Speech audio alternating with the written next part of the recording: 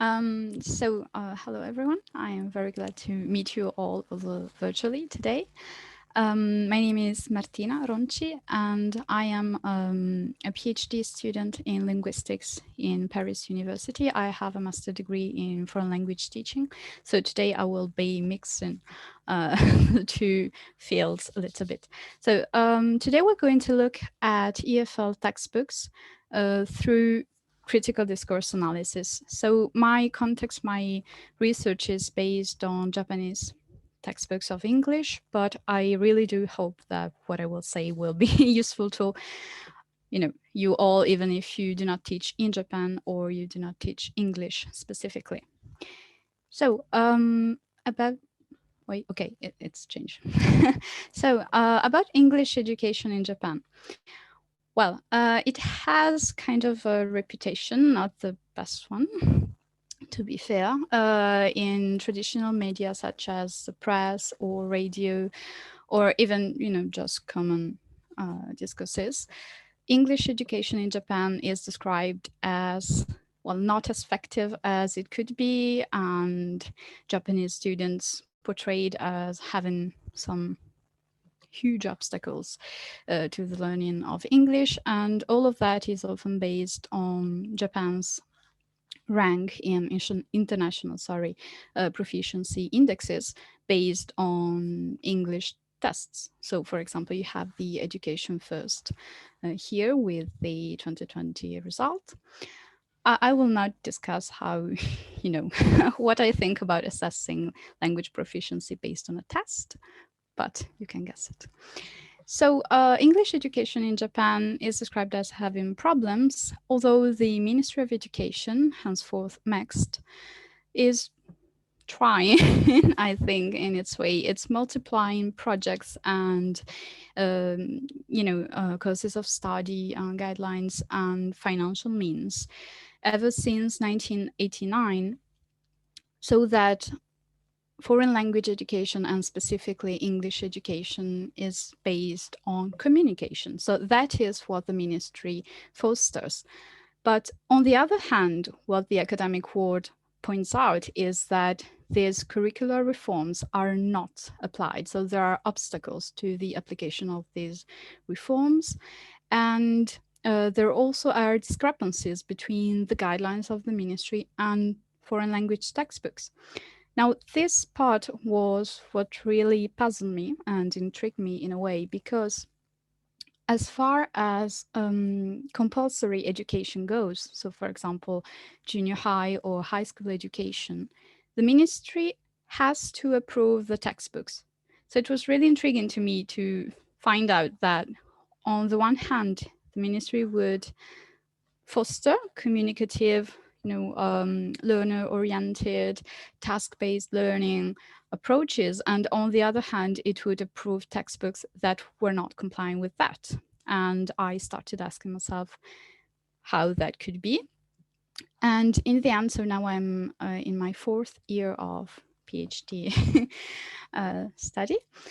My research shifted, and it is now to what extent do EFL textbook follow or not follow MEXT's guidelines? Because as you will see, there is a bit more to say about that. It is not just not working and not following what the ministry said. There is not just discrepancies, actually. So at this point, I am going to do something a bit peculiar. So I know that you would expect me to present my corpus and methodology, and I will go there, but in the end.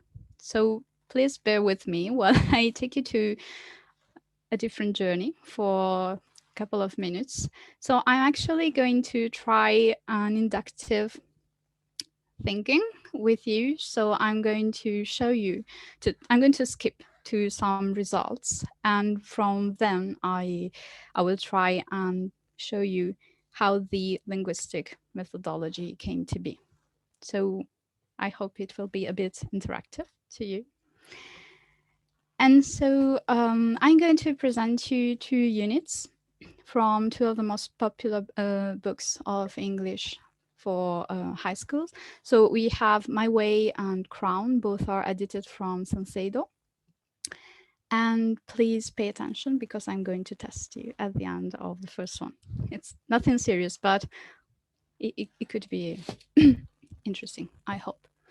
So the first lesson I'm going to talk about is a lesson about the Antikythera Mechanism. It's quite a long unit. You have 8 pages for each lesson, and the text spreads to 4 pages. So I didn't put everything. As you can see, I did not put the exercises or activities about language. So I'm mainly focusing on the text here, okay? And we will see something about this text. So the Antikythera mechanism is let's say, kind of a really old calendar.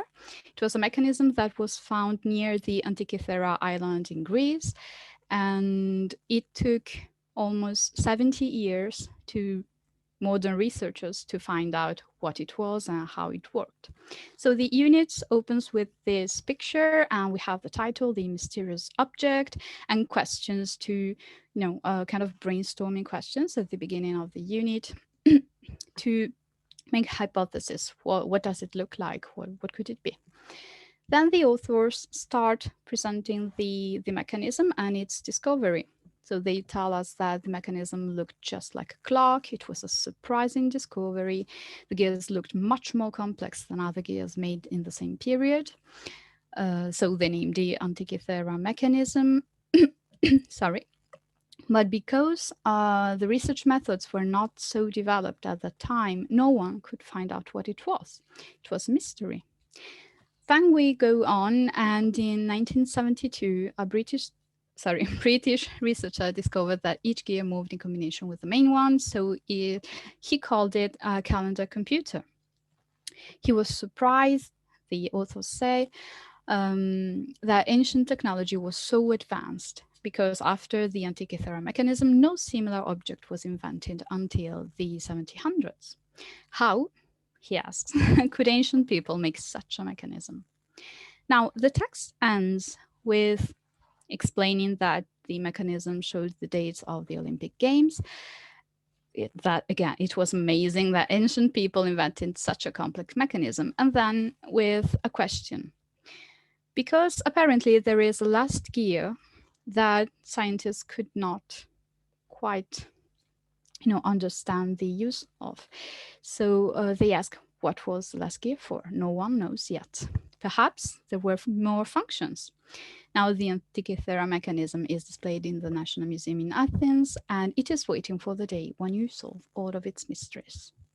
So this is the main text. Then the unit also has an optional reading about another mysterious object, this time found in Colombia, South America. And this time we still do not know what it is for. So, but from vaguely describing the item, the authors present some hypotheses and then ask, you can see at the end of the text, what the students think the object is and why do they think so. So kind of make hypothesis about these mysterious item. So as I said, I'm going to, well, not quite test you, but just ask you a question. So I hope you have your phone, or maybe you can do this in your laptop. You just have to put an address in a browser. Let's see how this goes. So the address is what you can see in the yellow part. So it's polev.com/Martina Ronchi 981. And in case you cannot access the website, it should be easy, but in case there's a problem, I just put the question there. Hopefully this is, sorry, maybe it is not active actually. I thought I did active the thing. Maybe I didn't. Well, okay, no worry. You can just think about it in your head, sorry, and maybe comment later. So I showed you a text, kind of read this to you. And then you have 6 options. And I wanted you to think about which one of these points was resonating the most with the text I was showing you among, acquire wide-ranging knowledge. So what is the text trying to do? Foster the value of seeking the truth, develop individuals' abilities, cultivate creativity, respect the value of the individual, foster the value of respect for hard work, or the value of respect in life, care about nature. So I cannot hear you, unfortunately, and the poll doesn't seem to be working, but we can just think about it for a couple of seconds, and I'll give you the answer. And I would really appreciate if you would comment on the chat maybe later to see if you agree or if you chose another option. So what I expected you to say was the second answer. So foster the value of seeking the truth, although cultivating creativity is also a valid option. Now, why am I saying this?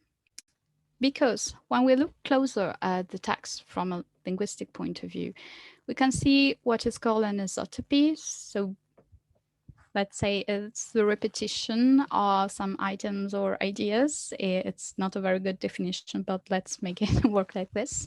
So we have the mysterious object in the title. We have the questions asking what it is for.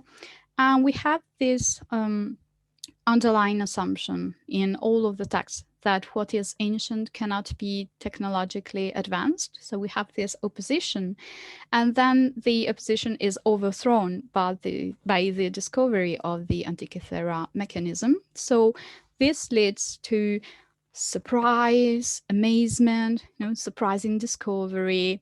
Everyone was amazed, etc.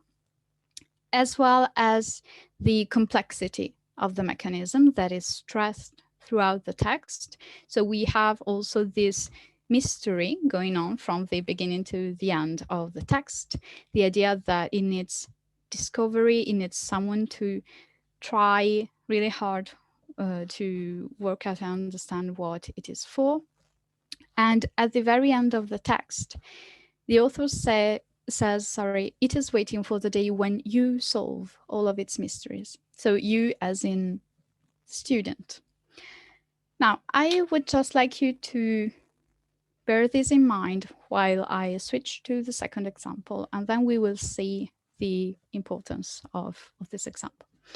Now, the second one is from an optional unit, that is called Heroic Losers.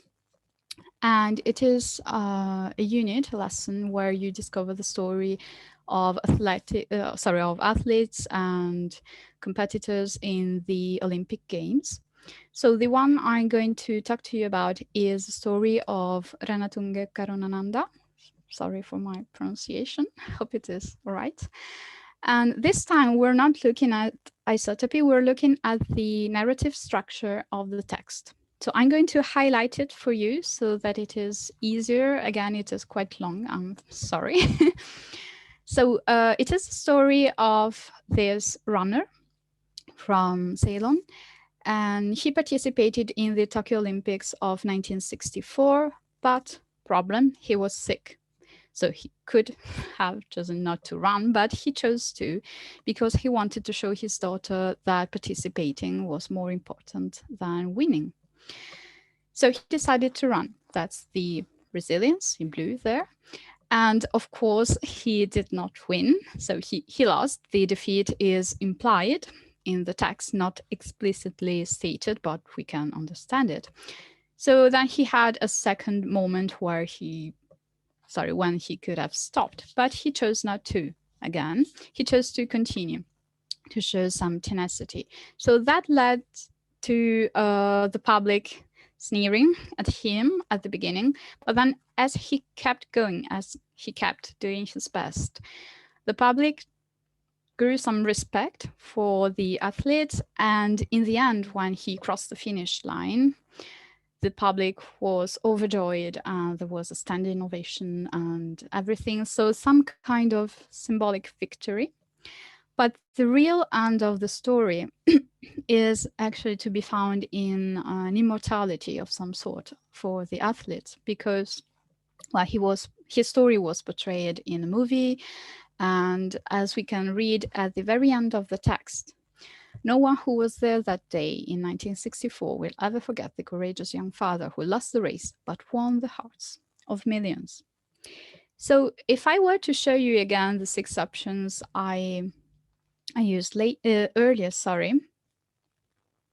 and ask you which one of the 6 would feel more closer to the text, maybe, I hope, you would choose to foster the value of respect for hard work, because the message is to do one's best. So why am I showing you this? Why am I making such a big deal out of one text? Because actually it is not just one text and it is not just one textbook. We can see this pattern, this narrative structure throughout many English textbooks, so textbooks of English as a foreign language. And it actually translates to what I would call an archetypal image, is what in storytelling studies is often called an archetype, so some kind of image. But I prefer archetypal image for this one because the archetype is more of a reaction that can be actualized in different images. So here we have the winner. So someone that is participating in a competition, there is a problem, but they keep doing the best. There is a defeat. This is very important. But they still keep going. And in the end, they gain some sort of immortality. So this responds to the idea, the message of doing one's best that is also portrayed in the Japanese philosophy of gambari, to do one's best. But it is actually older than that, because I have found 5 archetypes and 8 archetypal images, touching about 54 characters, so 54 such stories in 8 English textbooks.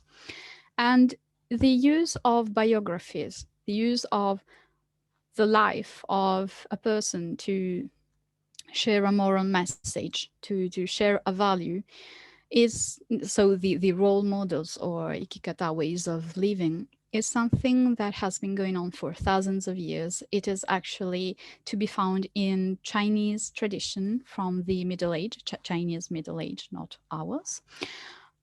So there is a historical side to this genre that is now a bit changed and adapted in the textbooks. It is not something that was created ad hoc for the textbooks. It is something that exists in Asia and Asian discourse and Asian education in general, that Japanese textbooks are just, using and adapting from. So I showed you 2 examples and I asked you to choose from 6 options, but I didn't tell you where said options came from. And that is also important because I am not the one that invented them. I didn't just write these 6 options. They come from the Basic Act on Education. So it is some kind of law, we can say, that the MAX, so the Ministry of Education, published in 2006. And on the left, you can see the actual, English translation from the Max's website. Of course, you also have the Japanese one. I just took some sentences. And you can see that education in general, so not just foreign language education, education in general, should, for instance, foster the value of seeking the truth, as we saw with the Antikythera Mechanism. Also foster the value of respect for hard work, mutual respect and cooperation, and the development of the international community. So all of these are included in the General Olympics message of international help and cooperation, and the hard work of the athletes. So the importance of this for me was that, of course, I was reading the EFL textbooks to analyze them, and something fell felt a bit off to me. It was weird to have these stories. It was weird to have these messages because I wasn't used to them, not being Asian or Japanese or anything. But the moment I saw the link between the text and the law, it was actually very clear, because when reading just the law, how do you foster the value of seeking the truth? This is something I have asked myself, honestly, for 4 years. How do you do that as a teacher? It sounded quite abstract in a way. But then seeing the textbooks, seeing the choice of words, of activities even, you have exercises and activities trying to do that, to push the student to not take for granted the information, to really think about what the truth is, to discover something. Well, I think that leads to a reconsideration of the previously stated argument that textbooks are not following the government's guidelines because they are clearly trying to do so. And maybe not from a teaching point of view, like communicative approaches or task-based learning or such things, but in a way they're actually really, really close to Japanese laws on education. So this is what you might call intertextuality or interdiscourse, depending whether you follow Fairclough's definition or the French ones. I will not go into that unless you have any questions. So what is the point of all this? From a methodological point of view, told you I would get here. Well, it leads to some thinking. First of all, when analyzing English textbooks, we might want to do actually a contrastive analysis first, because it helps us to see which characteristics are actually there because it is a textbook of English, differently from, French or Spanish or Korean or Chinese, and which characteristics are more generally included in the foreign languages textbooks genre.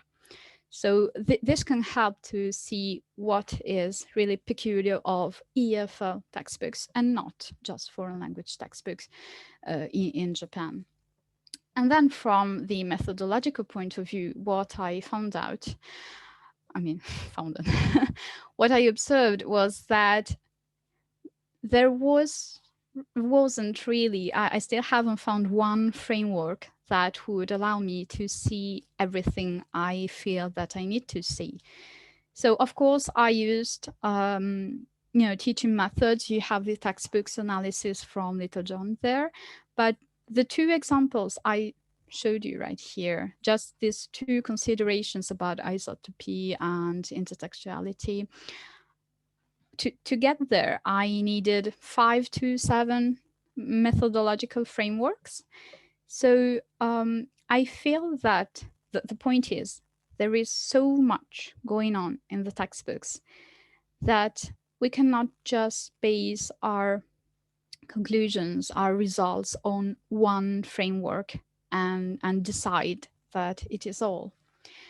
And in terms of future, what we could do, how this could help, generally speaking, the teaching of English or other foreign languages, and as a way of improving textbooks, I feel that the first thing to know is to know the context, to know the education laws in the country, the traditions in terms of genres, especially when one is not native, when we're contributing to textbooks in other, in foreign countries, but even in one's country, because some things are just so implicit, we will never get to see them unless we take the time to analyze them, to take a step back, analyze them. Then we need to understand the supports, to go beyond teaching methods, because again, it is important to see whether the textbook is communicative oriented or not. That is kind of the main point in a way for teachers, but it is not all there is. And maybe some things, maybe there is a struggle to implement task-based learning or things like that in Japanese textbooks because, on the other hand, there is this deep link to traditions and genres that are there and that we need to understand. As my colleague Suje said before, it would be important to integrate other elements from different fields. But then I also feel that we need to analyze the supports and to be critical, to try and foster critical thinking of the students. Because, okay, I might see that the role models come from a very long and settled genre in the Asian discourse, but that doesn't mean we cannot be critical about them. We can ask the students, okay, so what is the text trying to tell you? How is it trying to tell you? Because sometimes the moral is very, very implicitly, poured into the reader's mind in a way. So we can be critical of the text. We can try and ask the students to present other role models, one that they know, that they appreciate, to discuss, to negotiate, to create more content. And so in this way also be communicative and be critical of the education and tradition they have, but that shouldn't be, just erased like this. So I hope that this helped you in a way. I really hope it has, my contribution could help and see in a way, a different way, a different, stone to the wall of why is English education in Japan not perfect yet, but also other foreign languages and teachers in general. I hope you found it useful. So I thank you very much for your attention. I hope I'm all right with the timing. I can't see the chat actually, so I hope it is all right. And I will leave you with the references while you ask me some questions in case you have questions and in case I can get back to Zoom. Yes, we have 3 more minutes for Q&A if anybody has any questions for Martina. Okay, I really can't see Zoom. Where am I?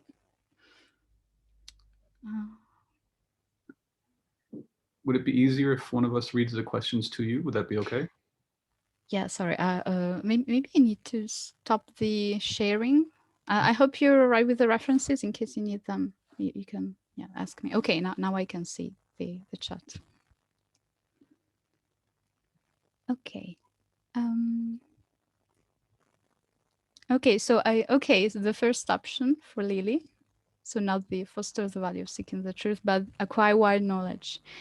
Yes, that was also there because I feel that for Japanese students to discover about something happening in Greece is also a way of acquiring wider knowledge.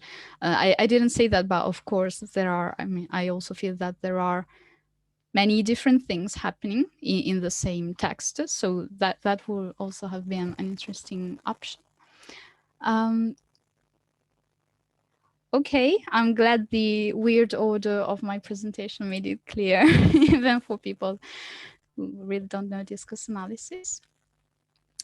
And David is asking about the archetypes. Yes, so I tried to be quick. So while analyzing there are a lot of real people that are named in the textbooks. Some of them are just named in exercises. For example, I like pop music. I like Madonna. So this is just, using a reference, but there is no story behind the person. But at other times you have text. So you have a real narrative sequence around these characters. And they really become characters at that point. Sorry. And once I've filtered, all the characters, I could divide them into 8 archetypal images. So 8 kind of models. For example, you have the winner, you have the, what did I call that? The kind of genius that others do not understand is so wise. So someone that has an idea, but people just think their idea is stupid or not interesting, and so they laugh at him. But in the end, he continues, and everyone actually understands that his idea was good. So this is also, it's kind of similar to the do one's best, but it's more linked to believe in yourself, believe in your ideas. And so this was a different archetype and archetypal image.